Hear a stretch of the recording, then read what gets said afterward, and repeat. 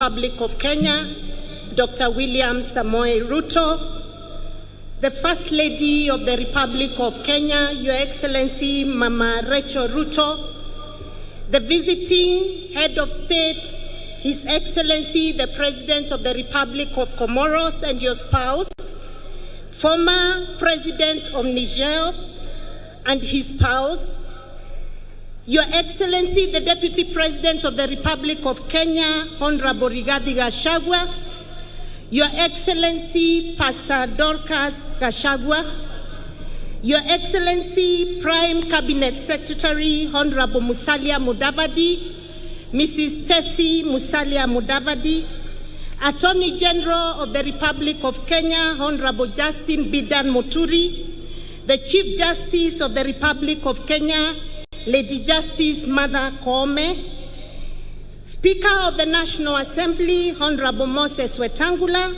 Speaker of the Senate, Honorable Amason Kingi, Chief of Defense Forces, General Francis Ogola, Service Commander here present, the Inspector General of Police, members of the Diplomatic Corps here present, Cabinet Secretaries here present, Chair of the Council of Governors, Her Excellency Madam Anne Waigoro, colleague governors, Honorable His Excellency Muthomi Njoki and Her Excellency Kawera Mwangaza, Deputy Governor of Embu County, Honorable Kenywa Mugo, and all other Deputy Governors here present, Principal Secretaries, Honorable Members of Parliament led by the Members of Parliament from right here, Embu County, Chairman and Chief Executive Officers of State Corporations, Honorable Members of the County Assembly of Embu led by the Speaker,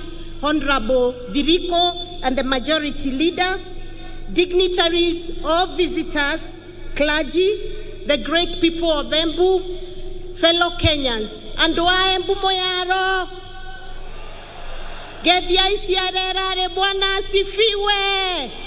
God is good, and all the time.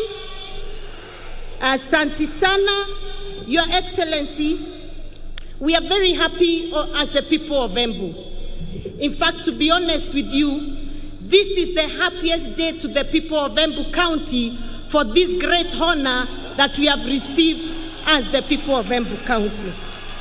Your Excellency, I'm a very, very, very happy leader today because since I was born, I have never seen such a great event happen right here in my motherland, Embu County. I'm very happy, Your Excellency, for the honor of picking Embu County to host the 2023 Madaraka Day, and we feel greatly honored.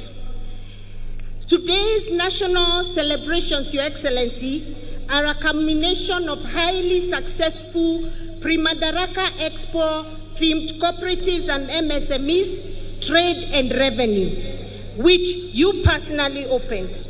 This expo attracted over 300 exhibitors, mainly from MSMEs and the cooperative movement, and the true expression of the hustler spirit that has become the running thread for the government of Kenya Kwanza. Your Excellency, the expo was thoughtfully organized around key themes, mainly housing, ICT and revenue, devolution and agriculture, MSMEs, cooperatives and trade. I am delighted to note that you have led from the front in driving these crucial areas. By one, Your Excellency, on housing, you laid the foundation stone of the first phase of Manyata housing scheme, comprising of 100 of the planned 400 units right here in Embu County. We appreciate you, sir, for giving us that opportunity and for planning to do 5,000 houses right here in Embu County.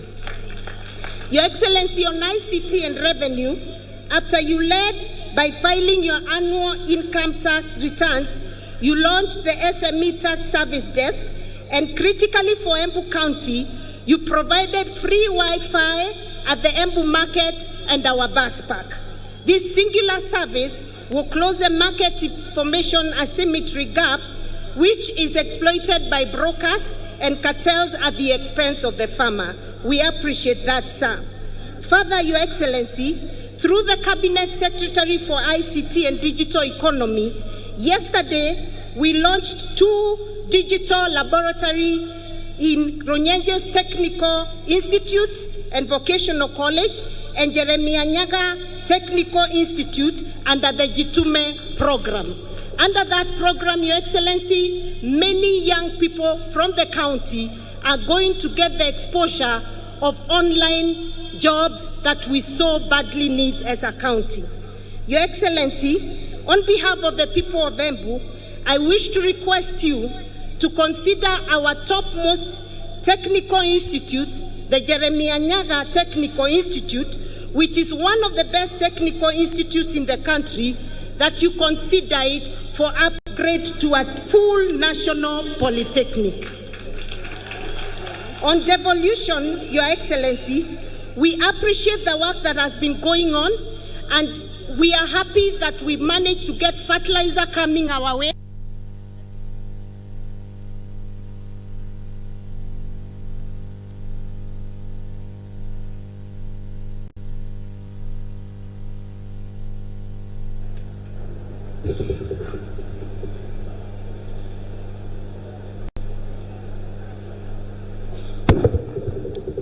Sorry about that. We appreciate the work that is happening between the national government and the county government. We got fertilizer beginning of this rainy season, and we are glad that we've been able to plant our crops, Your Excellency, and we will be having a bounty harvest because the rains have been very kind to us, Your Excellency. We look forward to working closely with your government in ensuring that agriculture empowers the farmers in this county, and that we improve on the prices of our major crops, namely coffee, tea, dairy, macadamia, honey, and many other value chains within Embu County, and we look forward to working with you, Your Excellency.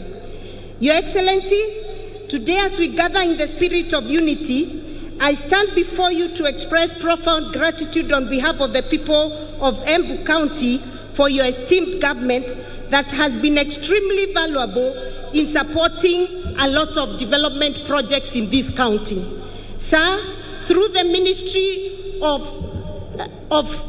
Medical Services, we've been able to do renovation of our maternity, post and antenatal wards, pediatric unit, and our newborn unit at the Embu Level 5 Hospital, an initiative that you inaugurated only last week. We appreciate the work that you've done for us, sir. On the area of infrastructure, Your Excellency, we've been able to get the magnificent stadium that we are in today that has been built in a record 15 weeks, Your Excellency. We are excited and happy about this opportunity, and we look forward to the new Jokere International Stadium that I know is in the pipeline, Your Excellency. Further, Your Excellency, we are grateful for the new Embu Modern Market, which you also launched last Friday, that is scheduled to host over 3,000 stalls, cold rooms, and daycare for the mothers who have young children and need to earn a living. While appreciating this modern market, sir, whose construction has just begun, we wish to request for consideration in construction of Ishiara Market, Chicago Market, Ronyenjes Market, Makutano Market right here in Embu County. We also appreciate, Your Excellency, the remarkable upgrade of the Regional Commissioner's residence right here in Embu County that you have seen is now in very good state. And our request today, sir, is you consider elevating our Regional Commissioner's residence into a full Embu State Lodge, Your Excellency. Sir, if you agree that to this, we the people of Embu promise to take good care of you when you're here. We will give you our uji made out of sorghum and millet, mwere na mugembe, from Bere. We promise you some lovely guaches and doma from Ronyenjes and Manyata constituencies. and a full flask of Embu world-class leading tea coming from Kadangarire, Rokorire, and Mongania tea factories. And on top of that, you have the choice to take the best coffee in the world that comes right here, Embu County. At lunch, Your Excellency, we promise that you can have some lovely goat ribs coming from a Shiara market near the Attorney General's home. Once you taste those ribs, you will love to keep staying right here in Embu County.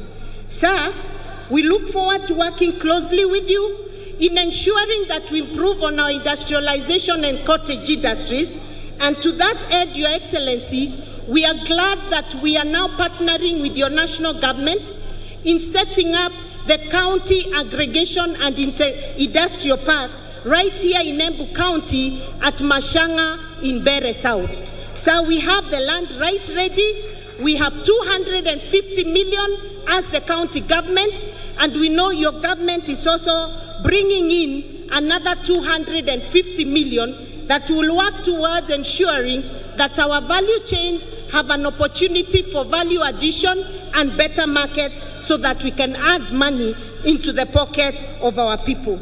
Your Excellency, we are happy that we continue to work closely with you, and we are also very, very happy that your government, through the Ministry of Cooperatives and new KCC, have the plan of upgrading Ronyenje's KCC cooling plant into a fully operational producing factory for milk right from here in Embu County, so that we don't have to sell our milk raw. Your Excellency, as I conclude, allow me to mention a few of the major roads that we really hope your government is going to support. And because we've started well with you, we are very sure that you'll surely give us a good opportunity for more infrastructural development. To this end, Your Excellency, we are requesting that the ring road that was meant for Embu County may be completed by ensuring that the section between Mashanga and PI is completed. We are also requesting that Kararetire, Kadagere, Kegumo, Kanyobora Road be upgraded to bitumen standard. Gekuyare, Kerie, Eshiara Road be upgraded to bitumen standard. Kevote, Kebwe, Kebemo, Ena Road be upgraded to bitumen standard. Keretire, Kiambere Road, that you are very aware of, Your Excellency, we are also requesting that you consider that.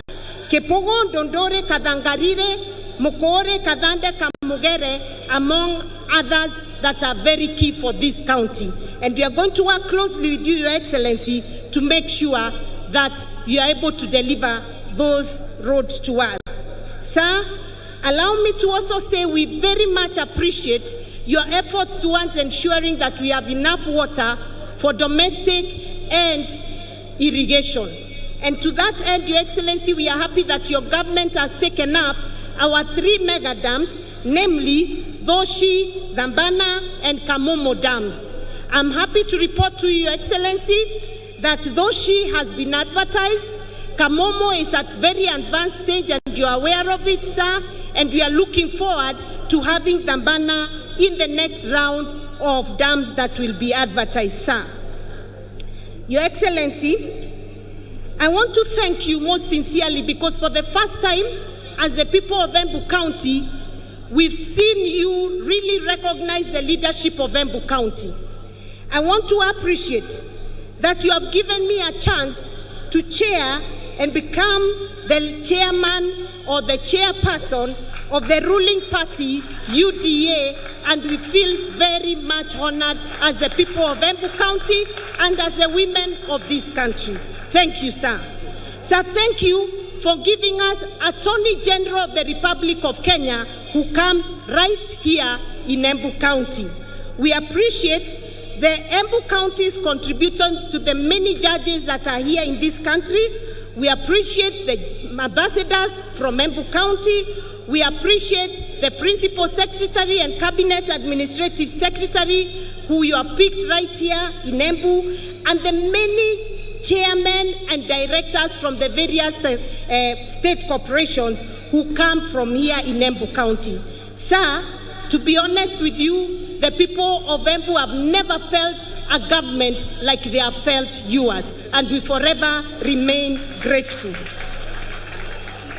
May I add, Your Excellency, by saying that we, the people of Embu, will continue to support you. We are fully behind your government and the plan that you have for this country, the bottom-up economic transformation.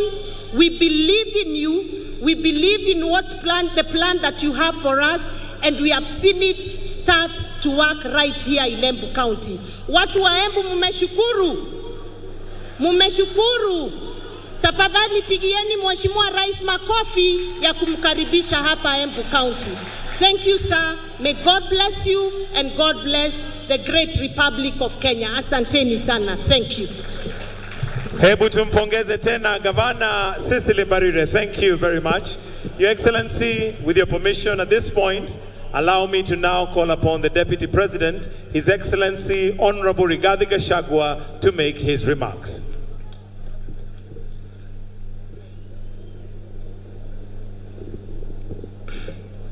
Your Excellency, the President of the Republic of Kenya and Commander-in-Chief of the Kenya Defense Forces, Dr. William Ruto, Your Excellency, the First Lady of the Republic of Kenya, Mama Rachel Ruto, Your Excellency, the President of the Republic of Comoros, Azali Assoumani, Your Excellency, the former President of Niger, Yusuf Mahamadou, the Governor, our host Governor of Embu, the Honorable Ses Barire, a.k.a. Karinda, who is also the chairperson of the ruling party, the United Democratic Alliance, the Chief Justice and President of the Supreme Court, the Speakers of the National Assembly and the Senate, Cabinet Secretaries present, heads of mission, dear Kenyans. 60 years ago, Kenya attained internal self-rule after an armed struggle led by our gallant men and women. Our great nation has been on a prosperity trajectory despite challenges. Our future is promising, and for this, Your Excellency, we honor our freedom heroes and heroines. On this day, we honor Kenyans whose hard work continues to drive our nation towards a life of dignity. Our resolve to attain this dignity is unwavered. We celebrate this day, Your Excellency, under the theme, Empowering Sustainable National Development through Cooperatives and Micro and Small Businesses. It also happens when public reforms, especially in the coffee, tea, and dairy subsectors, are on top gear. The structural reforms aim at restoring the dignity of our farmers in line with the bottom-up economic transformation agenda. It is in this regard, Your Excellency, that we have convened a special summit of all coffee stakeholders in the neighboring county of Meru next week to come up with practical interventions to put money into the pockets of our farmers. There shortly, there will be another conference for tea, followed by macadamia, avocado, miraa, and muguka. Your Excellency, for sustainable reforms in these subsectors, cooperatives are central components in uplifting our small-scale farmers to economic independence and prosperity. To this effect, the cooperative movement must roar back to life by instituting necessary reforms. Your Excellency, if you allow me, before I invite you to address the nation, let me make an observation on the significance of hosting Madaraka Day celebrations this year in Embu County. Your Excellency, the venue of this celebration is on the edge of Mount Kenya Forest, where gallant men and women took arms, crude as they were, to drive the British colonialists from this land, reclaim their freedom, and get back their land. Your Excellency, our gallant men and women, despite being limited, were facing a very difficult situation. The colonialists had guns, they had planes, they had grenades, they had bombs. But the poor freedom fighters had only a panga, but a sheer and great resolve to get back their independence. Your Excellency, your presence here is a reminder of that struggle. Destiny has placed you in a unique position to lead the final and the third liberation of this great country, the economic liberation of our people. Your Excellency, we want to encourage you.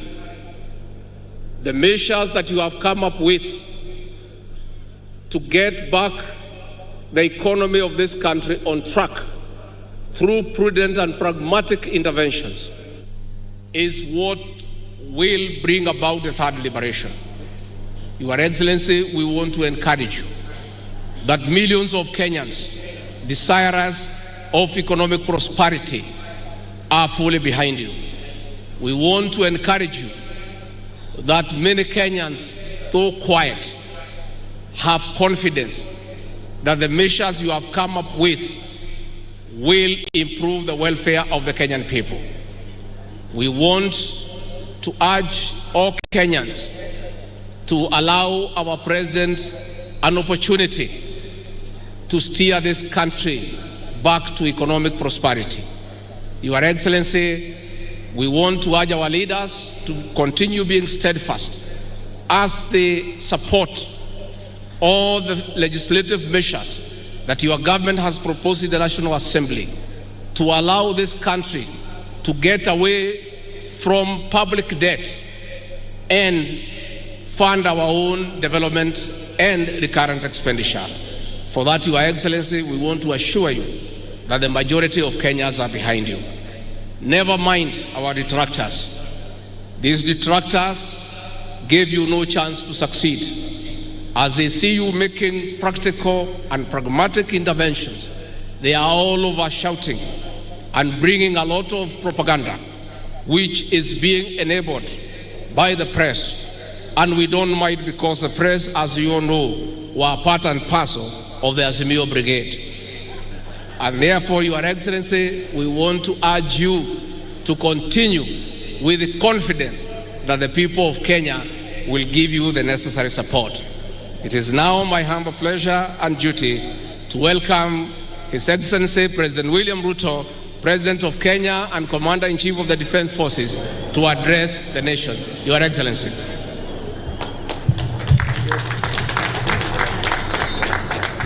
Asanteni sana, tafadhali tuketi chini.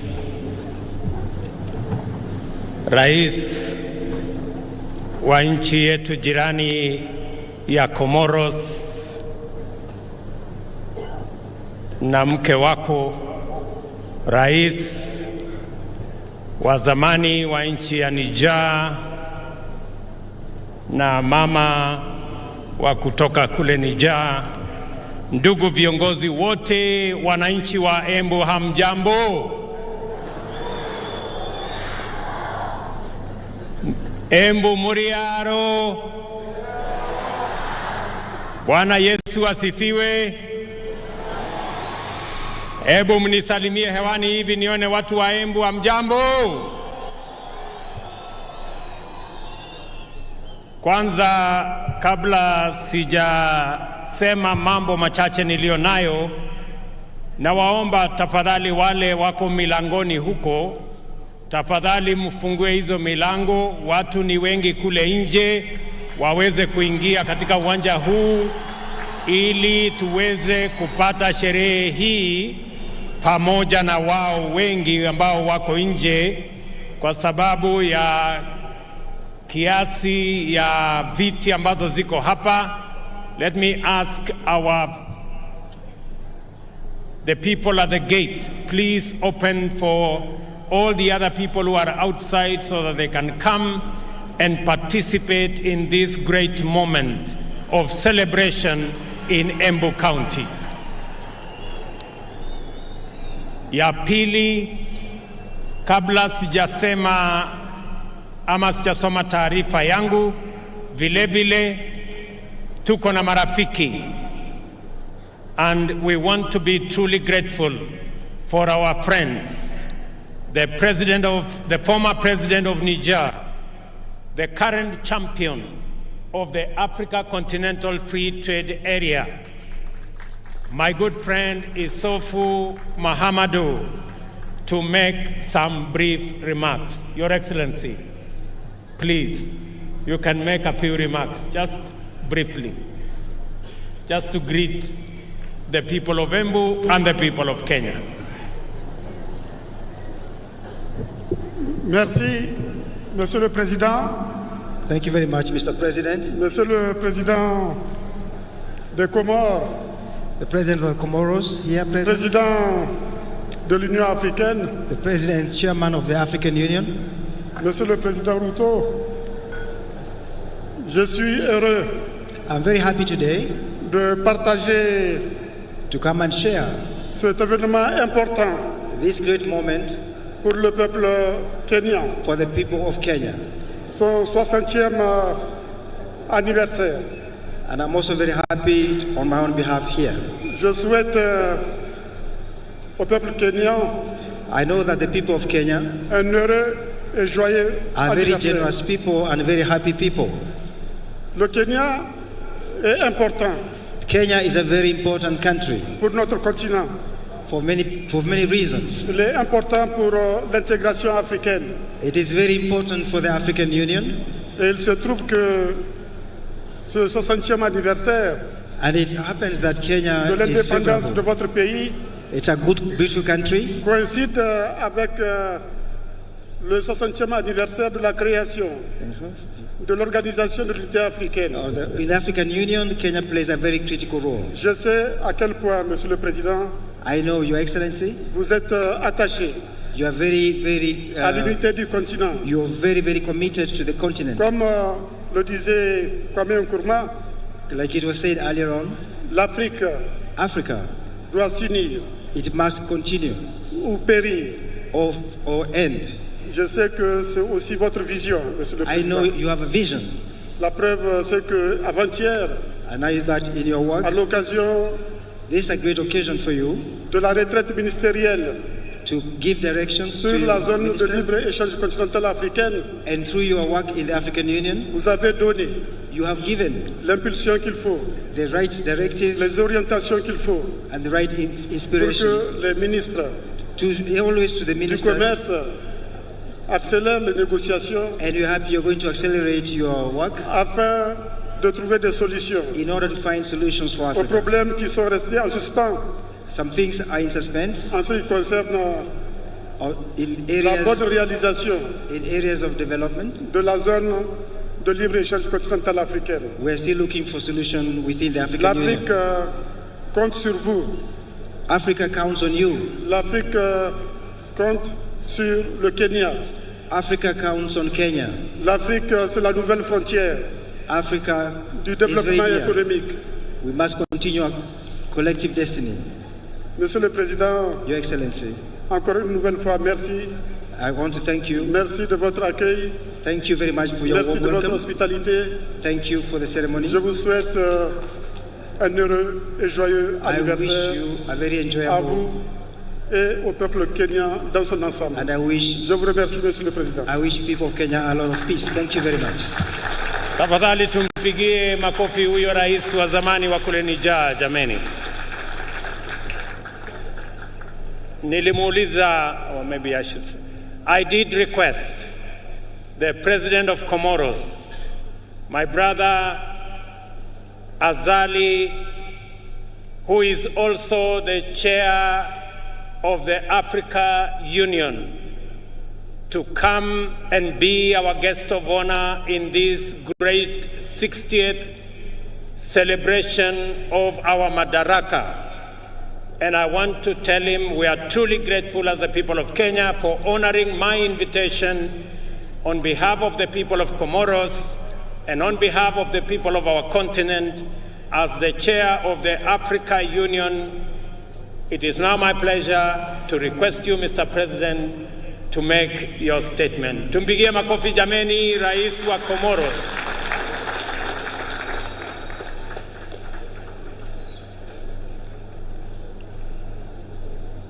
Excellences, Your Excellency, Monsieur le Président de la République du Kenya, the President of the Republic of Kenya, très cher frère William Ruto, Dr. William Moi Ruto, Excellences, Your Excellency, Monsieur l'ancien président du Niger, the former President of Niger, champion de la zone de libre-échange du continent africain, champion of African Free Trade Area, distingué invité en vos rangs et qualités, his vision for the country, cher peuple frère du Kenya, dear people of Kenya, c'est avec une vive émotion, it's with a lot of pleasure and joy un immense honneur and a great honor for me que je m'adresse à vous that I am speaking to you today en ce jour particulier in this very special pour occasion la République du Kenya. for the Republic of Kenya.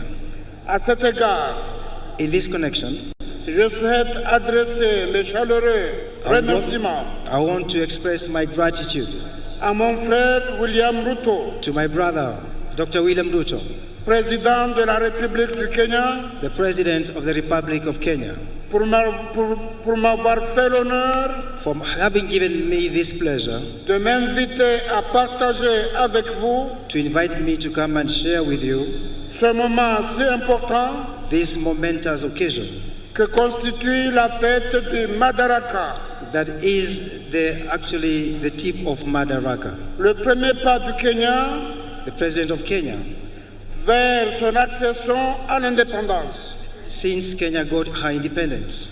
C'est avec une grande fierté, It's with a lot of pride un profond respect and great respect que je m'adresse à vous that I have this chance to speak to you. aujourd'hui au nom du peuple et du gouvernement comorien, Today I'm speaking to you on behalf of the people of Comoros, mais aussi au nom de l'ensemble du continent, but also on my own behalf pour vous souhaiter une très belle fête de Madaraka to wish you an excellent Madaraka Day.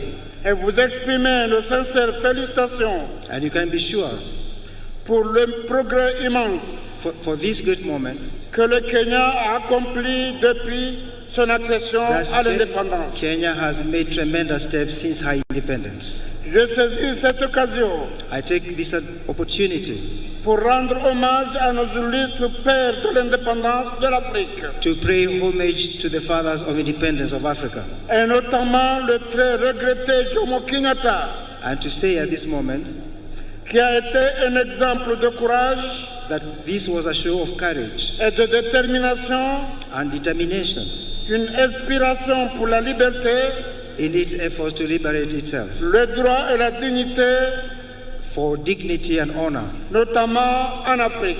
especially for Africa.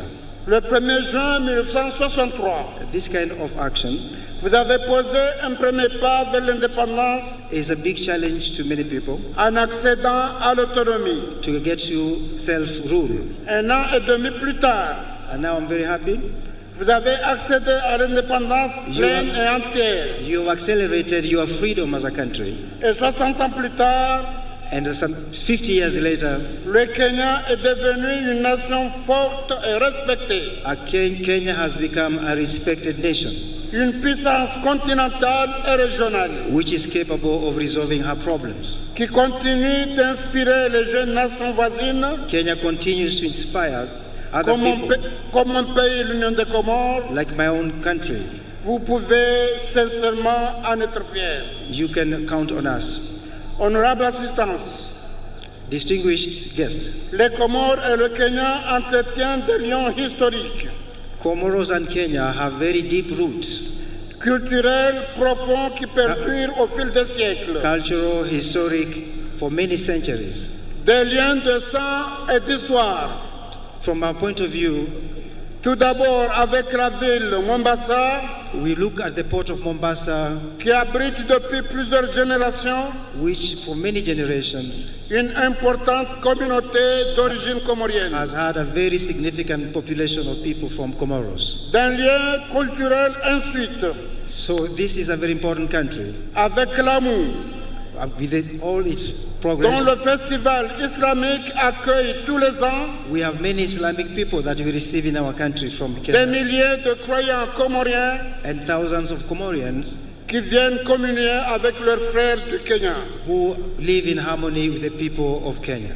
Des liens diplomatiques enfin, Also in the diplomatic field, puisque depuis l'indépendance de notre pays, since independence of our countries, les Comores et le Kenya travaillent main dans la main Comoros and Kenya work hand in hand pour renforcer leur coopération bilatérale. to strengthen the bilateral collaboration.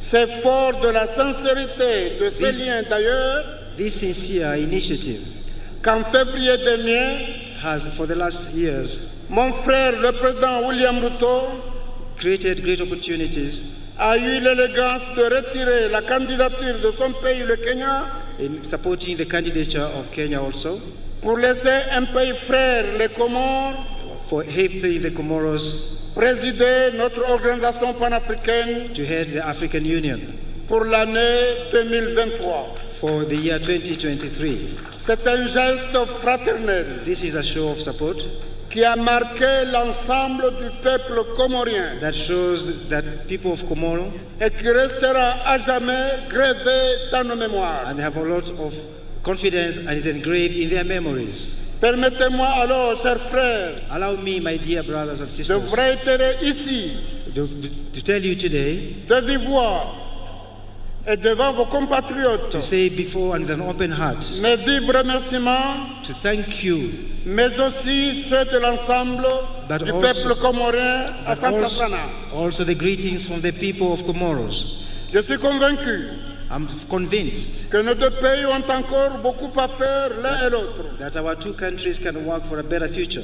J'ai saisi d'ailleurs cette opportunité And this is a wonderful opportunity pour renouveler notre profonde gratitude au peuple, au gouvernement du Kenya, to deepen our gratitude to the President of the Republic of Kenya qui accueille tous les ans de nombreux jeunes étudiants comoriens and the country of Kenya that continues to receive thousands of Comorians pour les former aux défis, aux enjeux de l'avenir. for helping them build a better future. À Santa Sana. Thank you very Excellences, much. Mesdames et Messieurs, Your Excellency, ladies and il gentlemen, est essentiel que nous continuions à promouvoir les échanges The- commerciaux we have a common duty to promote our relations et les investissements entre nos deux pays and the work between our two countries. afin de stimuler nos économies respectives We need to work to improve the lives of our people et créer de nouvelles opportunités pour nos populations, Increase- notamment notre jeunesse. and increase opportunities for our people.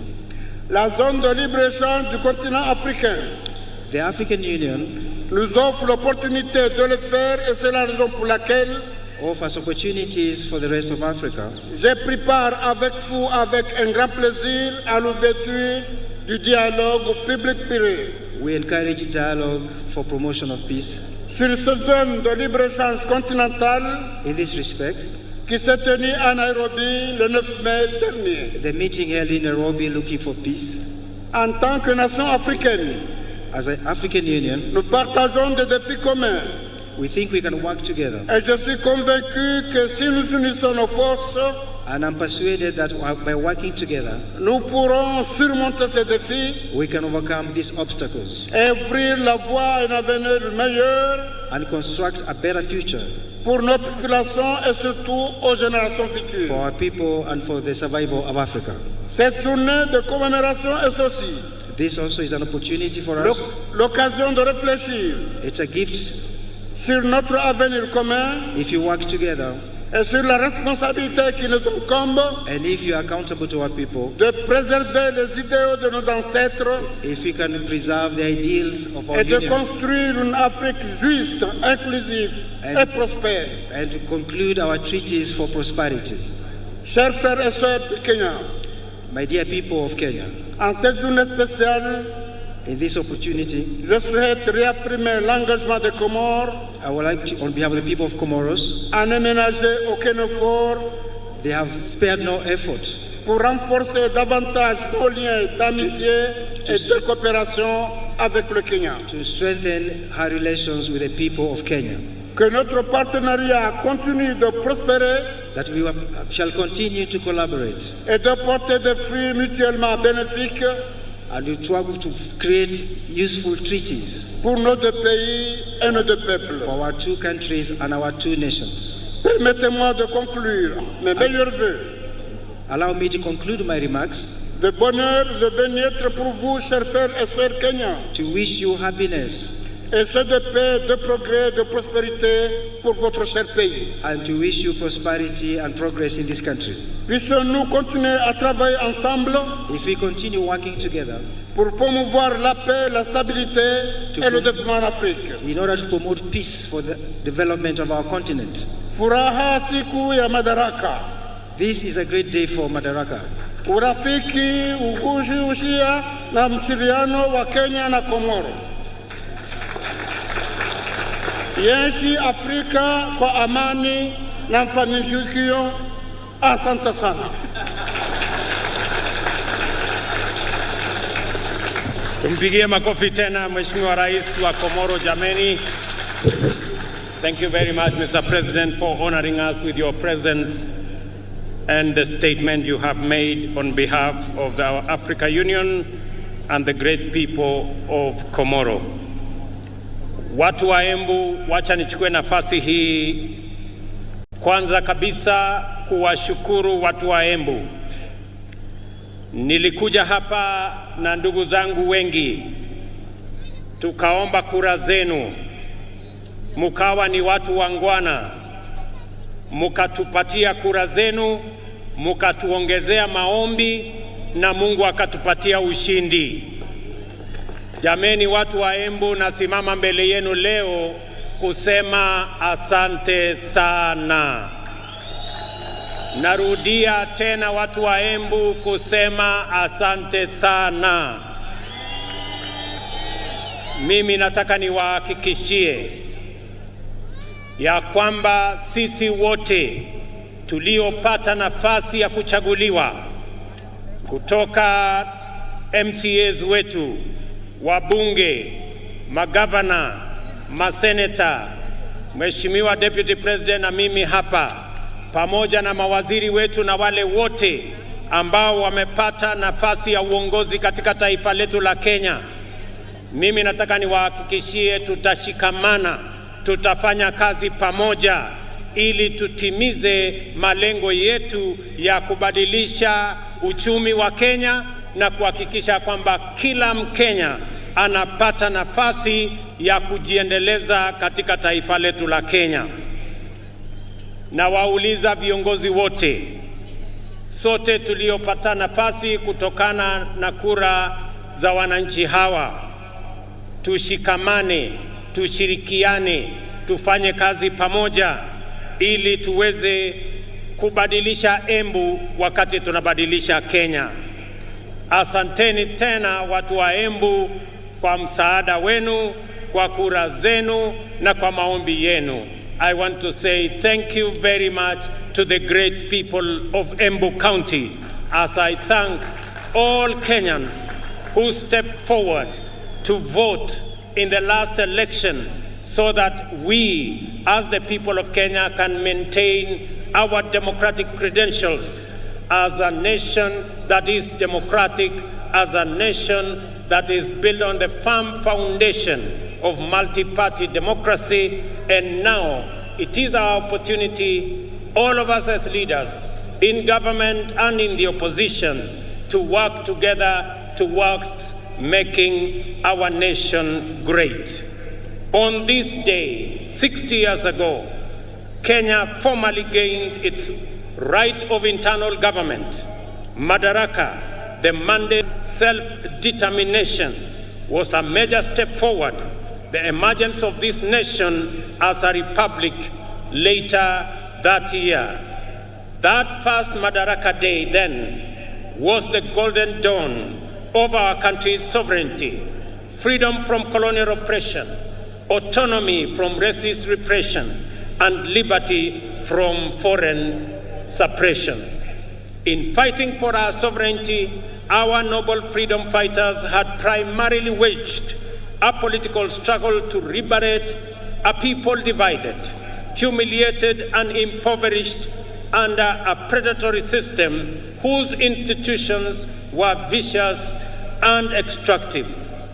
So, although the freedom struggle was political and the first Madaraka Day represented political autonomy, every Kenyan African understood it to mean and to be the beginning of the hard and noble work of securing and enhancing social and economic freedom as well.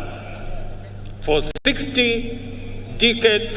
decades now, the people of Kenya have worked hard with admirable diligence and unwavering determination to perfect the political freedom of their nation through sustained socio-economic progress. In this manner, Kenyans have reiterated their commitment to true freedom by complementing political freedom with freedom from want, freedom from suffering, freedom from ignorance, and freedom from indignity.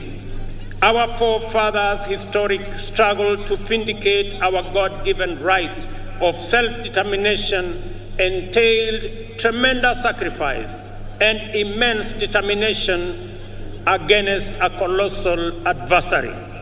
Ultimately, they triumphed. Similarly, our war against underdevelopment, poverty, unemployment, indignity, and vulnerability has been daunting. Yet, we have made steady progress year after year over 6 years of freedom. At the heart of our struggle for freedom, both before and after independence, is the distinctively Kenyan spirit of determination that is nevertheless flexible, consistency which is innovative, pragmatism that is also hopeful, and faith strong enough to take chances. The sacrifices required were inspired by a spirit that is truly unique, which transcends ordinary decision-making. We recognize that spirit even now. It lives in the heart of every Kenyan who wakes up early to give their best, try their luck, knock on doors, and chase their dreams. We see it every day when we see traders, artisans, farmers, and other workers braving the scorching sun and enduring cold rain in pursuit of livelihood. We also witness in teachers, nurses, police officers, extension officers, and technicians who go far from their comfort zone, often beyond the call of duty, to attend to Kenyans in their communities throughout all villages, all corners of our great republic. This noble ethic of willingness to struggle by working hard and embracing risk, and of determination to achieve positive change in great leaps as well as in little installments, has brought us far and will take us beyond the horizon of our destiny. Today, I join all Kenyans to celebrate our magnificent collective achievements and the spirit of brave endeavor which inspired them 60 years ago and sustain us today. This celebration speaks to the sustained effort we have invested in perfecting our national mandate of self-government. I will highlight the wonderful ways in which we have stewarded political freedom into democratic maturity, enhanced economic freedom by empowering enterprise, and expanded social freedom by securing dignity. We must never forget that until fairly recently, our country's politics was divisive, violence, do-or-die affair by which neighbors, colleagues, and even relatives were incited into hatred in the name of political competition. In this dark era, the tribe was the fundamental term of all political engagement and the master variable of democratic contest. Many highly respected experts and eminent persons confidently affirmed that Kenyan politics is inherently tribal, and many leaders designed their political parties, policies, and campaigns on the basis of raw political appeals. Leaders also made sure that political discourse revolved around personalities and the private interests of a few privileged individuals and not the aspirations of the majority. Some used political parties as political vehicles to access the high table where important decisions were made and exploited their ethnic constituencies to negotiate a bigger share of public resources as well as positions of power and privilege in the service of private ends. For decades, Kenyans understood that this perverse political culture not only defiled our democracy, but also obstructed the spirit of daring and achievement, arresting our collective progress. The people of Kenya, therefore, yearned for freedom from the tyranny of political personality cults, toxic tribal discourse, and the violence they engendered. They desired a more unifying, cosmopolitan framework of engagement which promoted the expression of their shared aspirations, encouraged inclusive negotiations, and a collective means of pursuing them. In the last general election, the people of Kenya finally broke free. The campaign was conducted purely on the basis of important national issues, foremost of which were economic issues. Not only did Kenyans reject the old divisive politics of tribe and tribal chiefs, but they also demanded and interrogated well-considered party manifestos with detailed plans for economic transformation. As a result, although the election was closely contested, it was the most peaceful in the multi-party era in Kenya. And I want to congratulate all Kenyans for being participants in this great feat. Our public discourse and political discussion and the agenda of social debate has changed for good. Substantive policy issues continue to define the national conversation well beyond the election. At the moment, there is a robust debate on the finance bill taking place everywhere in this country, in churches, social places, formal and informal workplaces, all media platforms, and busy markets, as well as in urban and rural gatherings. We are truly a trailblazing nation. Many countries struggle in vain to generate a national debate on public financing, taxation, or other policy issues. In Kenya, we have easily sustained intense discourse on the finance bill and the affordable housing policy for weeks now. The debate has remained issue-oriented, and there is no hint of divisive ethnic rhetoric at all. The cost of living is keeping all leaders, including myself, awake, and this is precisely as it should be. Superficially, the intense national debate on housing is not about whether it is a tax or a contribution. The attention sharply focused on the housing contributions is an implicit expression of ownership. People desire better information and stronger assurance regarding the custody, security, investment, and return on their money. That is phenomenal. People are interested. How will their money be? Will it be safe? Will it be stolen? How is it going to benefit them? And how are they going to get a fair return for their contribution? I want to assure the people of Kenya that those questions will be answered. More encouragingly, the discourse on public finances and housing fund has opened our eyes to our emergence as a stakeholder republic. Kenyans today, more than ever, are fully involved citizens in shaping public policies and making institutions accountable in the manner in which they run national affairs. This is the vision of Madaraka expressed in the first article of our Constitution: all sovereign power belongs to the people of Kenya. We have crossed a fundamental a decisive threshold in the history of our political freedom and democratic maturity. Today, Kenyans of this generation honor patriots who went before us in this celebration of a noble and historic achievement. Kenya also set a new high in election management by deploying a secure, freely accessible public portal which accurately and faithfully relayed vote tallies in the last election, enabling Kenyans and indeed anyone else to compare and verify tallies and ascertain results.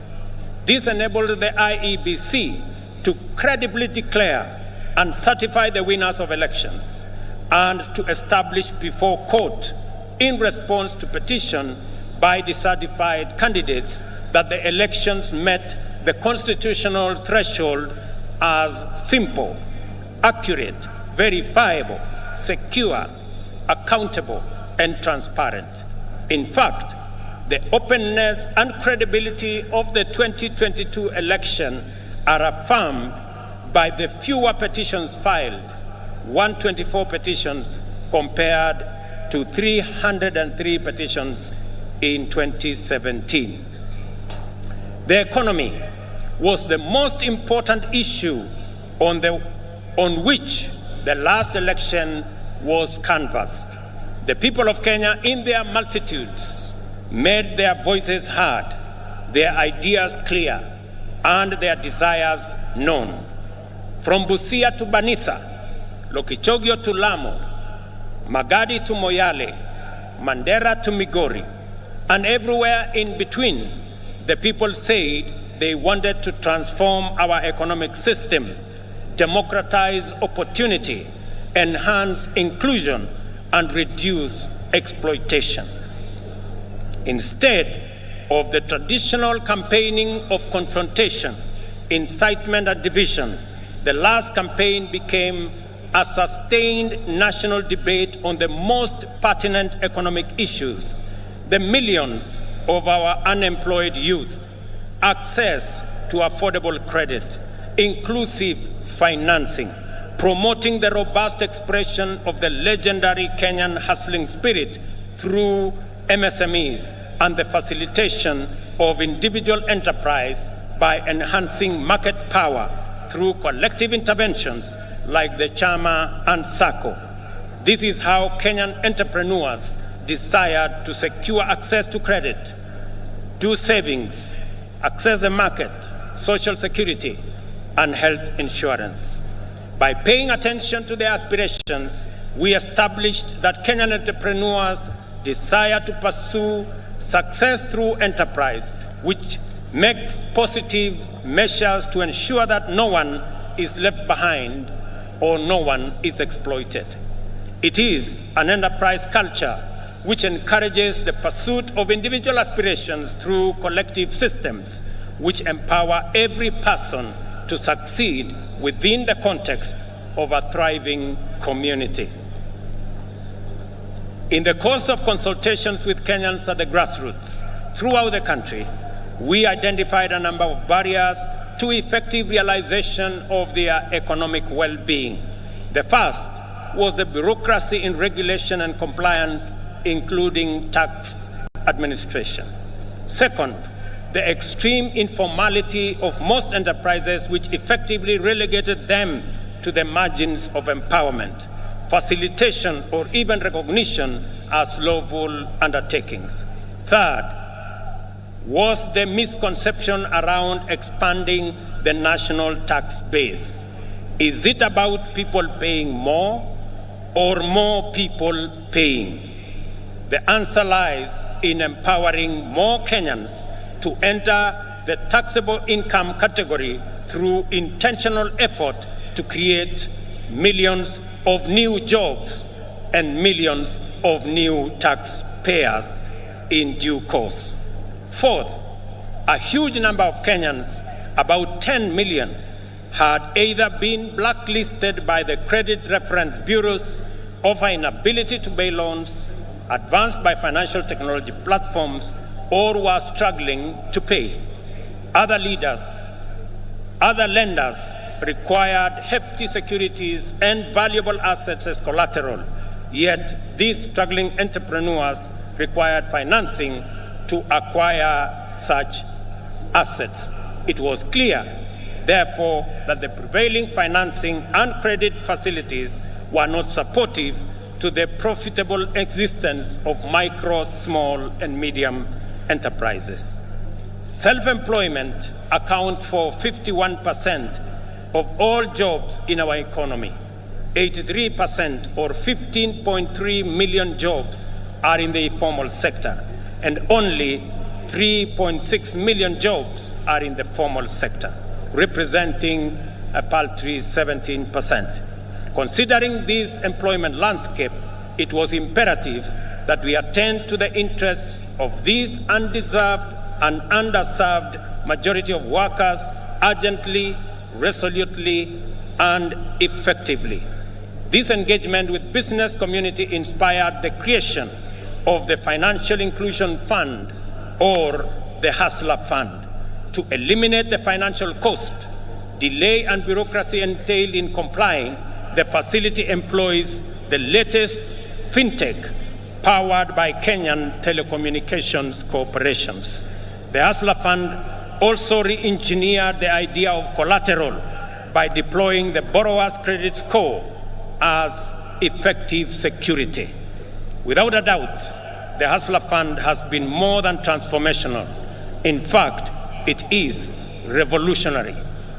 On its way to becoming effectively the biggest financial institution by the number of borrowers and active loans, the Hustler Fund also turned around the country's fintech, transforming it from a predatory ecosystem to a more responsive one.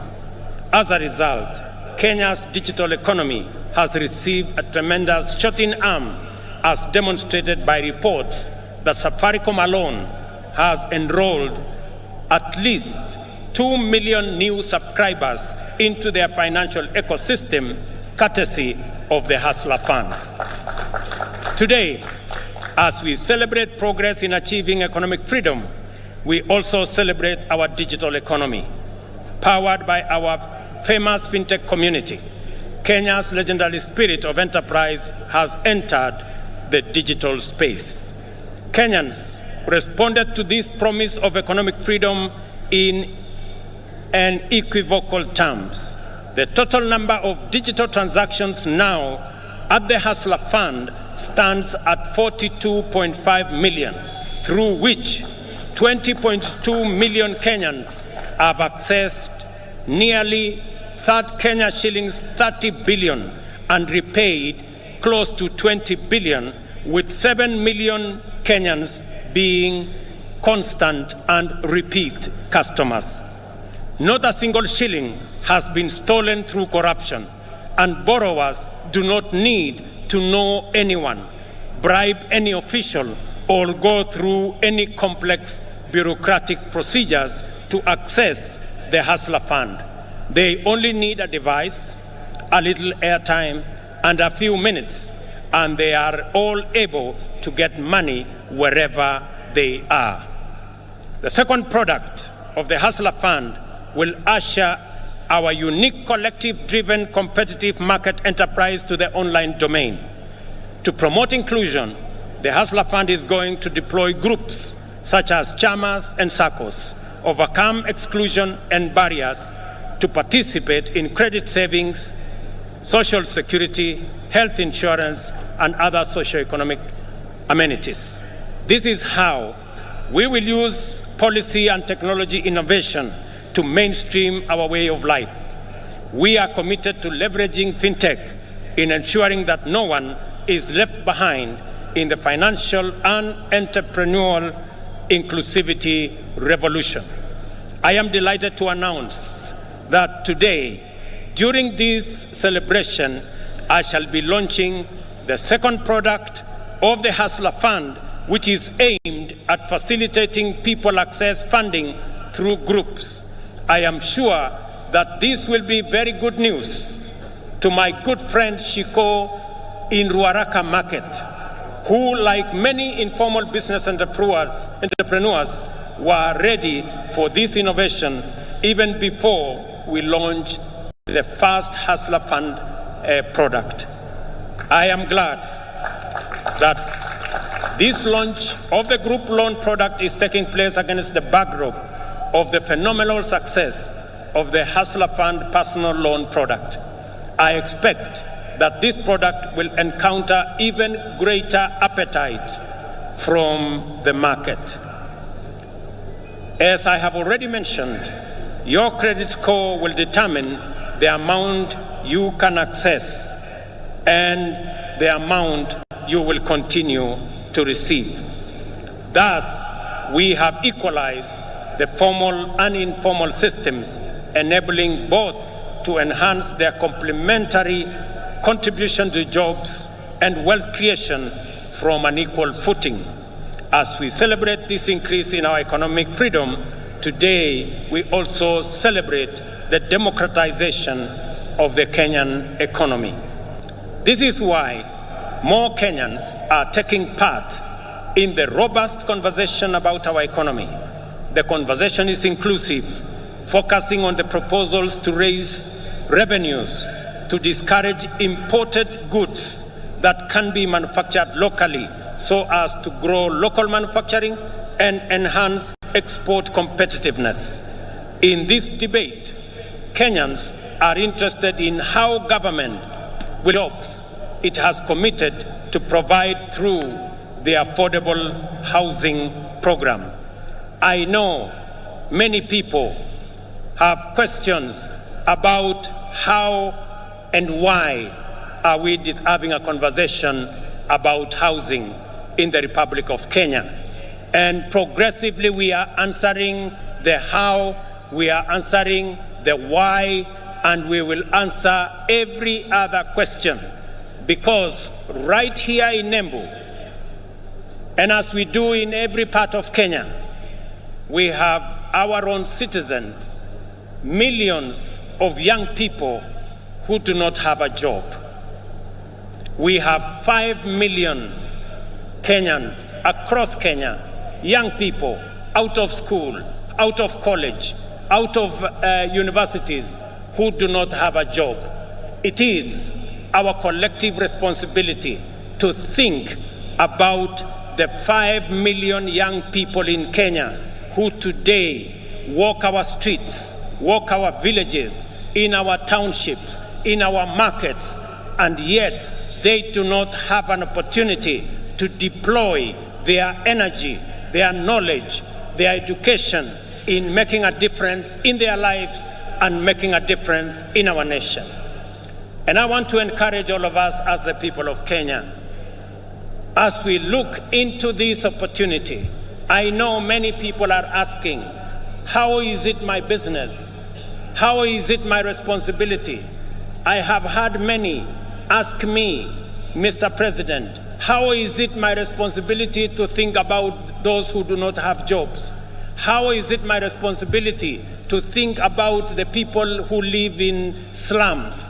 7 million Kenyans who live in slums, in indignity, without toilet, without running water, without roads.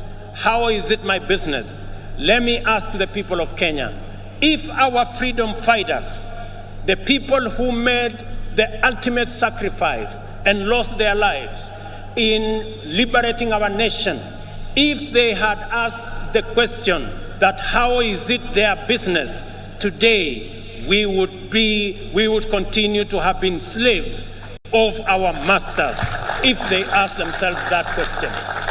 It is our opportunity, as they did, to liberate our country. They went beyond the call of duty. They did not ask how is it their business to make the ultimate sacrifice to liberate our country. I want to ask every citizen, it is our responsibility collectively to think, to plan, and to ensure that the 5 million young people in our country who today do not have jobs have jobs. It is our responsibility to ensure the people, 7 million of them, who live in our slums, including Shauri Yako here in Embu. I was here last week and I was informed about Shauri Yako. The people who live in Shauri Yako deserve a decent house, and it is our responsibility as we implement the housing plan, not just to create jobs, at least 1 million jobs every year. It is also our responsibility to grow our manufacturing, because housing will make sure that our entire manufacturing value chain, from the cement in our factories, to the steel in our factories, to the doors and windows and hinges in our Juakali sector and our construction products industry, to the sand harvesters, to all the people who will be working in our construction sites, to the accountants and engineers and all the architects and all the technicians and the electricians, to every sector, the millions of young people that will be employed in this sector, is sacrifice enough for us who are employed to make that contribution to the hustler fund, to the housing fund, so that we can bring around the change that is going to take our country forward. Our vision for affordable housing, firstly, on the objective of creating 1 million direct and indirect employment opportunities throughout every value chain in the housing development ecosystem. A single housing unit is capable of employing 3 to 5 workers directly and an additional 8 workers indirectly in the manufacturing of construction products, in transport, in logistics, and in all other sectors that contribute to housing and construction industry. Secondly, the objective of affordable housing is to increase the number of more Kenyans from rent paying in informal settlements, in slums, and we have 1,411 slums in Kenya. We should transition those people, my countrymen and women, into homeowners. They should live in dignity like the rest of us, because we owe them a duty of citizenship and a duty of comradeship as we live in one country. I want to ask every parent, I want to ask every Kenyan that rather than ask, how is it your business? We must know that it is our business, because the 5 million young people are our children. They are our citizens. They pay taxes. And when we transition them into jobs, we are building a bigger pool of taxpayers. The conversation we have today in Kenya is different. I did promise the country 3 years ago that we are going to change the conversation. That the conversation is not going to be anymore about leaders. It is going to be about citizens. It is going to be about those who do not have jobs. It is going to be about our manufacturing. It is going to be about the millions who live in informal settlements. It is going to be about the people. I told the country that we are going to change the conversation. It is not going to be about changing the constitution and creating positions for leaders. It is going to be about changing the economy and creating opportunities for millions of young people, including the many who are today our streets and villages, the millions of young people who are looking up to us to provide them with opportunities to work. It's going to be about the ordinary people who work in the manufacturing sector, the people who also wants to contribute, to be taxpayers, but because they have no jobs, they cannot pay tax. I promise the country that it is not going to be about sharing power. It is going to be not about sharing power by the elite and by leaders. It is going to be about empowerment of every citizen, empowering our farmers to produce more so that we can get ourselves into food security, empowering our young people with jobs so that they too can contribute meaningfully to our economy and meaningfully to our taxpayers.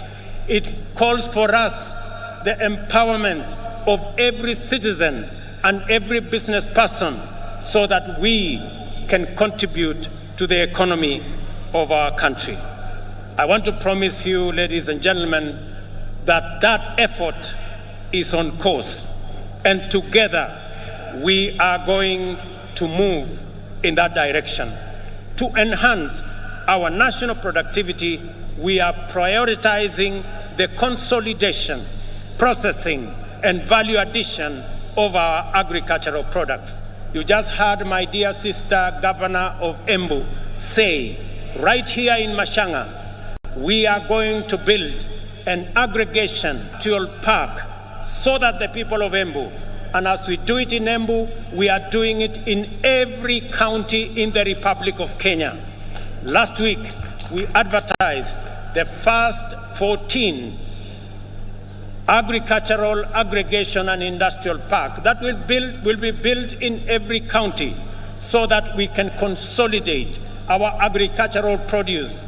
We can provide for value addition. We can provide for agro-processing. We can enhance our manufacturing, create jobs, create value, and enhance the earnings of every farmer as we get rid of brokers, as we get rid of cartels, and ensure that we protect the hard-earned and the sweat of farmers in the Republic of Kenya. Additionally, the government of Kenya will step up the establishment of 5 additional export processing zones in the coming year in Sagana, in Thika, in Joro, in Eldoret, and in Busia to complement the one in Athi River, the one in Dongokundu, and the one in Naivasha, because we believe that additional processing capacity, focusing on our exports that have come down in the last 10 years from 28% of our GDP to just around 10% of our GDP, that we need new impetus, we need new thinking, we need new infrastructure to be able to drive our exports. And that is why we are expanding our processing capacity in our export processing zones, in our special economic zones, and at the same time, we remain firmly committed to the Continental Free Trade Area and the effective implementation of the Africa Continental Free Trade Area. Just this week, we concluded a working retreat for trade ministers of the Continental Free Trade Area with the private sector. I am glad to welcome to this gathering the delegation that has been holding Africa private sector discussions in Nairobi, led by my brother, the President of Comoros, His Excellency Azali Assoumani, and one of the most foremost champions of the Africa Continental Free Trade Area. It is also gratifying to note that the champion, the former president of Niger, is right in our midst. It's also gratifying to note that 11 trade ministers are here today from different countries in our continent. I wish to recognize the following delegations led by the ACFTA Secretariat. Delegation from Comoro, are they here? Wasimame? The delegation from Comoro, thank you very much. The delegation from Niger, thank you very much. Delegation from Central Africa Republic, the delegation from Chad, thank you very much, they are there. The delegation from Namibia, the delegation from Djibouti, the delegation from Cote d'Ivoire, the delegation from Nigeria, the delegation from Botswana, the delegation from Ghana, and the delegation from Burkina Faso. A significant portion of household budgets, as we all know, goes to food, a major component of the cost of living. Understandably, there has been animated engagement on this subject after a prolonged drought which pushed the entire Horn of Africa region to the brink of famine. Widespread shortages of staple foods have driven food prices beyond the ability of many households to afford them. Enhancing food production is an intervention with multiple fundamental implications.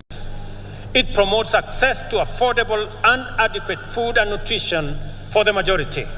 It also increases food supply, lowers prices, and thus reduces the cost of living. Moreover, subsidizing food production increases jobs and productivity in the country's biggest employer, the agricultural sector. In keeping with our commitment in this critical sector, we have registered 5 million farmers nationwide. These farmers immediately became eligible to receive subsidized fertilizer, and those who stepped forward received their full fertilizer requirement, unlike in past seasons when the allocations were rationed. As a result of these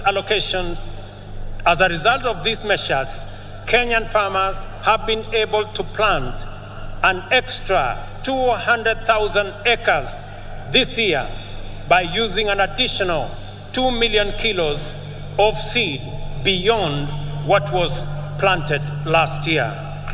As international petroleum prices continue to rise beyond reach, the cost of fuel locally rises steeply. Transport, as a component of household budget, is affecting the cost of living. We have to liberate Kenyans from the reliance on transport that depends on petroleum. For this reason, we are rolling out an electric vehicle public transport system which will bring down the cost of transport significantly. Our border industry is about to experience inclusive transformation through the introduction of more efficient, affordable, and clean motor vehicles.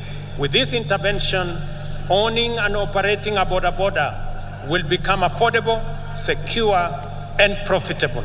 I am eager that this information reaches the seconder of my presidential nomination, Mr. Calvin Ochieng, who operates in Kilimani, so that he can escalate his hustle to the next level.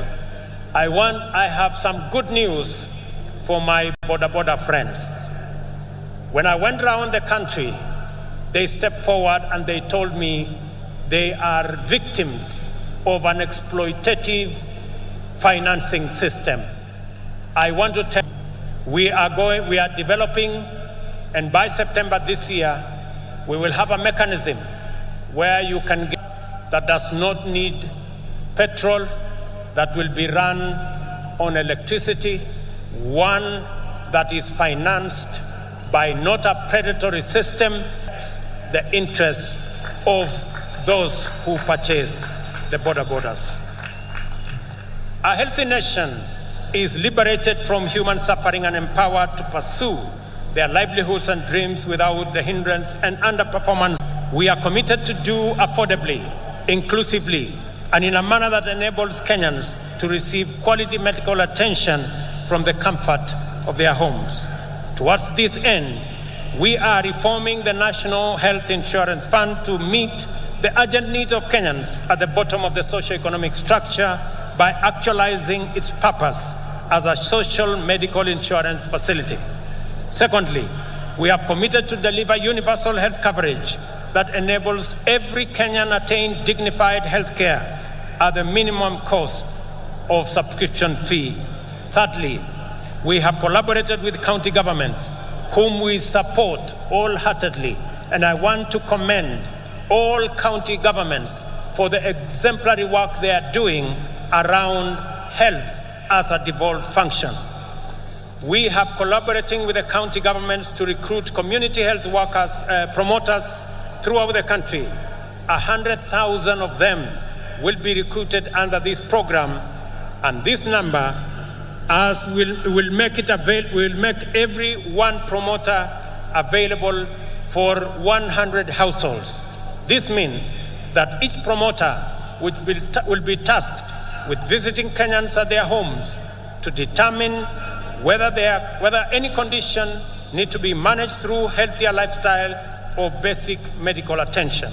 They will also be tasked with enabling patients with chronic conditions manage their medication, diet, and general well-being in a manner that makes hospitalization sometimes unnecessary. Finally, the promoter detection of conditions for referral to comprehensive attention in the spirit of effective healthcare management. Ladies and gentlemen, the imperative of Madaraka mandates us to build a strong democracy through the successful pursuit of high productivity and competitiveness. Industrialization and technology innovation is one such movement. All who are all empowered with knowledge, skills, and understanding, not only to effectively participate as informed citizens of a democracy, but also to pursue meaningful life, their share of economic production, and even go further and imagine, create, and build the Kenya of our future. Education, therefore, must self-reliance and is the enabler and optimizer of every other undertaking. We have taken all possible measures and pursued every available option to actualize our vision to make education at all levels accessible, affordable, and inclusive, and removed social and economic barriers to the attainment of the highest education by all Kenyans. Beyond subsidizing primary and secondary education in all our public primary and day secondary schools, we have reimagined higher education financing to deliver equity and broader access to all Kenyans, with special attention to enabling the most vulnerable learners to realize their right to education. We have also employed 35,000 teachers in a historic and unprecedented drive to improve the national teacher-pupil ratio and enhance performance. Additionally, we are redesigning the competence-based education curriculum to make it responsive to our education needs at the point of our social, cultural, and economic development. Finally, the National Open University will obtain its charter in the course of this month, and as we speak, courses are being uploaded for commissioning, and later this year, Kenyans will have the opportunity to go to university from the comfort of their homes online. For long, tertiary education in Kenya has been a privilege for the most fortunate, while university education was the exclusive entitlement of the elite. Not anymore. A month ago, I unveiled a new funding model for higher education that will make the universities and technical training fully inclusive, financially robust, and capable of competing with their peers globally while contributing to our national socio-economic transformation through innovation, research, and development. The model is aimed at financially supporting increasing numbers of students enrolling in these institutions and ensuring that those from households at the bottom of the socio-economic structure enjoy equal education opportunities. The eternal conundrum of Kenya's integrity agenda revolves around the question of who will watch over the trustees of public interest and who will watch over the watchman. These questions do not arise because we have low trust. Rather, they exist because we have high expectations. Given that these expectations are legitimate, in a technologically driven new millennium, we are increasingly resorting to technology as the answer to our transactional efficiency challenges. From the election results portal for our democracy, to the Hustler Fund for MSMEs, and the means testing instrument for higher education, as well as registration of farmers and distribution of fertilizer.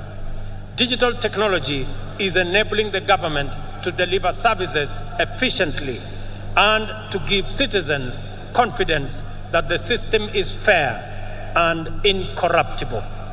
We must therefore take a moment today to celebrate technology in general, and in particular, Kenyan fintech and other innovations that are making it possible for us to serve Kenyans to the best possible standard.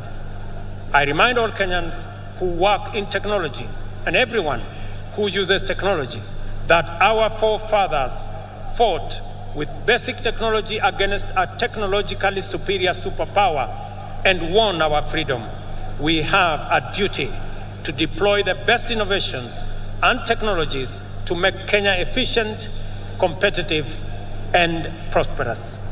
I am persuaded that technology holds the key to improving efficiency, enabling inclusion, promoting transparency and integrity, deepening trust, and strengthening public confidence in government service provision. This is the reason why we are digitizing government information and taking public services online. On this day, I invite all Kenyans to embrace the new era of e-governance, which empowers people everywhere, including the majority at the bottom of the economic structure, to access government services at their convenience through their mobile devices. Since the advent of e-citizen, government gradually increased the number of services available on the platform from 391. The rate of increase of onboarded services is now shifting to a new radical trajectory. Today, 3,770 services have been onboarded and fully operational. Another 3,000 are on course to being completed. We expect 5,000 services to be online by the end of this month. Our ambition is to offer every government service on e-citizen platform by the end of this year. Finally, as we contemplate all the achievements we are celebrating today, let us reflect on the noble motivations and visions which inspired our heroic freedom fighters to make such immense sacrifices for the sake of freedom, not just for themselves, but also for the rest of their people who were not willing or able to join the struggle. Why did these heroes embrace such profound risk and danger in pursuit of a benefit that everyone else would enjoy? The answer must not only define our attitudes to public service, but it must also shape our understanding of the reasons and values that underlie collective undertakings and social policies. For our freedom fighters, a country in which anyone was unfree and oppressed was not worth living in. We have a duty to translate these truths into our political, social, and economic affairs. Our collectivist spirit that anchors competitive individual enterprise encapsulates this magnificent ethos. We owe each other certain duties as members of a community that we call a nation. Whenever we can do anything to make another person's life better, at no or little cost to ourselves, we have a solemn obligation to proceed and do it. There is a fundamental level at which we are morally obligated to think about our duties to the unemployed youth, vulnerable communities struggling in slums, and other people at risk of exclusion. Their struggle for dignity as human beings appeals to our duty of moral consideration. Their complicated pursuit of livelihood can potentially complicate our stable prospects. No human is an island. In community lies power, and to unlock that power, we must attend to our values and perform our obligations. That is why freedom fighters consider the inherent morality of their cause to be sufficient reward. For example, those of us who are earning Kenya shillings 200,000 monthly will pay only 2,500 to build a fund that will help create millions of jobs for millions of our young people and bring a meal on the tables of many hustlers. This is a worthwhile contribution to make for the greater good of our nation, as indeed the freedom fighters who came before us did. As we continue to make progress in our pursuit of the transformation of our economy from the bottom going up, we must remain vigilant that no one is left behind and no resources are lost to waste and corruption. Public servants must ensure that public resources must be utilized solely and exclusively for purposes that serve the interests of all our people. I have made a personal commitment to use all instruments and authority at my disposal to curb waste and eliminate theft. I will not permit greed, lawlessness, or impunity. Ladies and gentlemen, it is our collective duty, sisi wote kama Wakenya.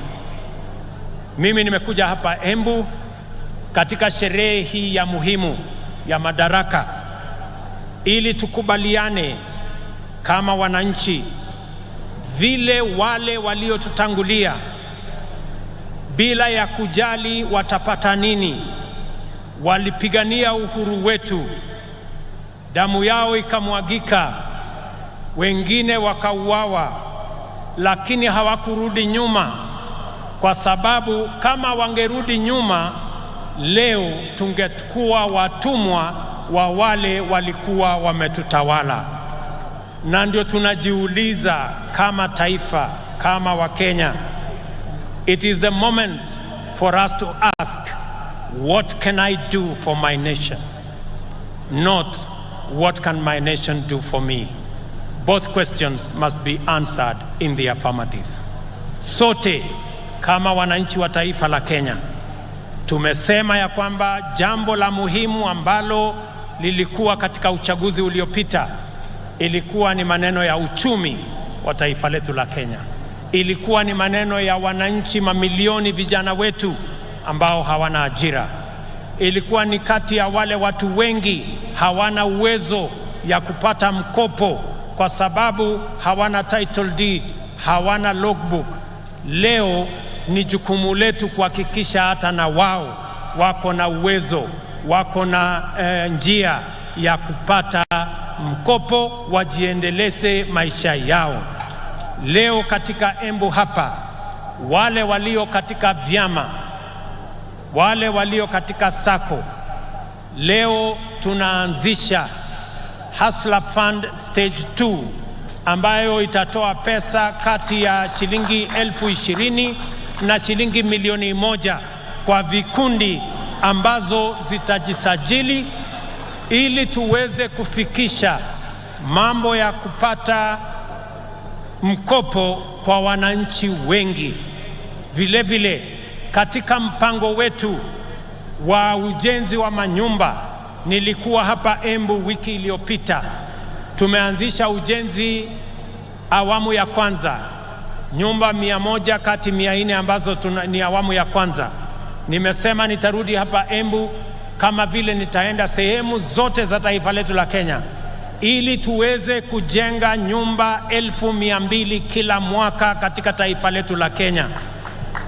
Hizo nyumba 200,000 zitatupatia ajira vya vijana 1,000,000, zitatuwezesha kampuni zetu za simiti, kampuni zetu za chuma, wale wanaotengeneza viti, wale wanaotengeneza milango, wale wanaotengeneza madirisha, wale mafundi, technicians, masons, carpenters, electricians, engineers, architects, quantity surveyors, wale wanaofanya kazi katika transport sector, madereva wetu, makanga wetu, wote watajumuika na tutakuwa na nafasi ya kupanga na kutengeneza ajira katika taifa letu la Kenya.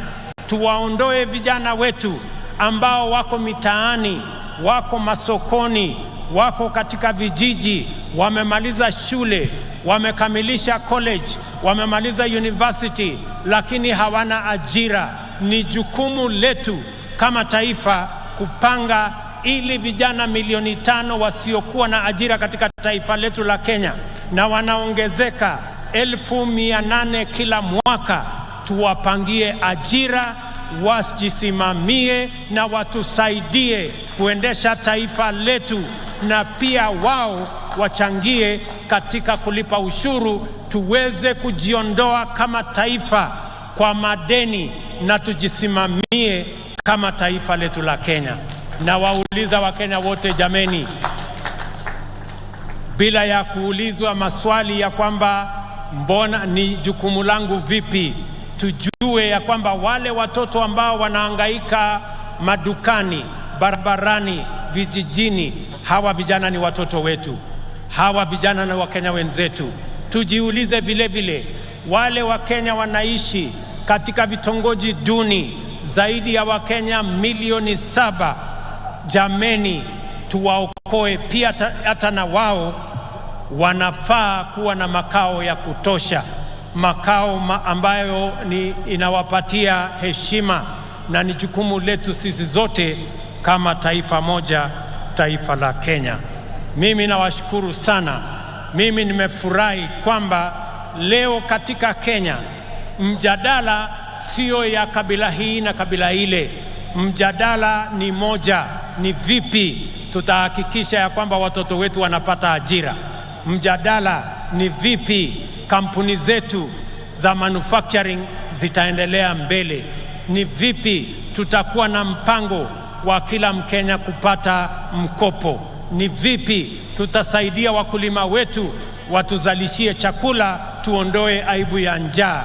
That is the conversation of our lifetime, and that is a positive conversation in the Republic of Kenya. Mimi nawashukuru sana kwa kutukaribisha hapa Embu. Nimefurahi sana watu wa Embu. Nimesikia yale kiongozi wenu, wabunge wenu wameniambia kuhusu barabara zenu. Barabara ya kutoka kule Machanga mpaka PI nimesikia. Barabara ya Kiritiri, Kanywambora nimesikia. Barabara ya hapa chini Ena mpaka Kavue nimesikia. Na haya mambo yote tutajipanga, na sote tukiwa na mpango huu, tukipanga vizuri vile tutakuwa na pesa ya ushuru ya kupeleka taifa letu la Kenya mbele, tutajiondoa kwa madeni na tutakamilisha miradi yetu yote. Nimewasikiza vile vile kuhusu mambo yenu ya maji. Najua na mnaelewa ya kwamba tuko na mpango ya mambo ya maji. Hapa Embu tuko na damu ambayo tutajenga pale Kamumu. Tuko na damu ya Dhambana, tuko na damu ya Dhoshi, na tuko na damu zingine ndogo ndogo ambazo tutakubaliana na viongozi wenu, wabunge wenu pamoja na county government yenu. Iko katika mipango yetu. Haya mipango yote ni kwa manufaa yenu, na ni jukumu letu sote tuungane kama watu wa Embu, kama watu wa Kenya, ndio tuweze kutekeleza haya mambo mazuri yote ambayo yatatupeleka mbele kama taifa letu la Kenya. Najua vile vile mjumbe wa kutoka kule mbele aliniambia kuhusu barabara ya Kikunyari, Karii, Ishara. Pia hiyo barabara tutaishughulikia, na zile zingine zote ambazo hazijatajwa hapa. Mimi nataka niwaambie ya kwamba tuko pamoja, tutashirikiana pamoja. Watu wa Embu tumekubaliana? Embu tumekubaliana? Mimi nataka nisikie sauti yenu. Tumekubaliana watu wa Embu? Hebu nisikie sauti yenu tena watu wa Embu kama tumekubaliana. Asanteni sana.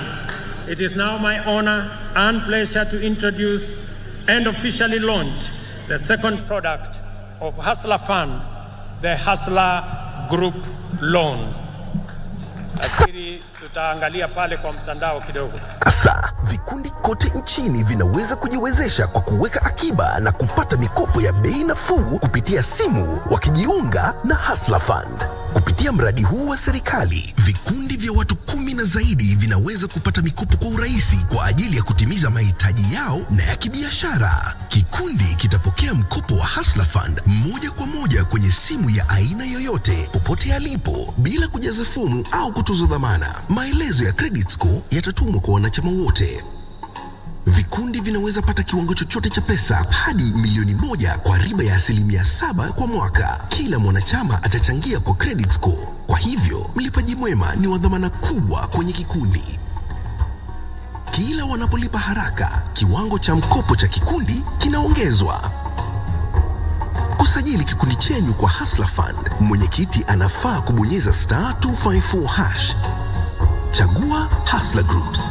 Bonyeza 1 kuchagua kikundi chake na akubali masharti ili aweze kupata mikopo na kuwatumia wanachama wenzake.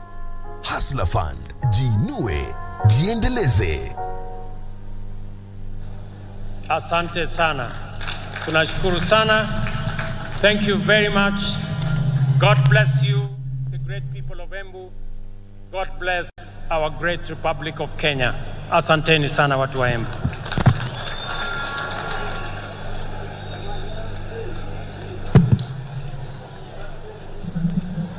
Basi nitaomba tutulie kwa heshima. Naomba sote tutulie tafadhali kabla ya wimbo wa taifa niweze kuwajuza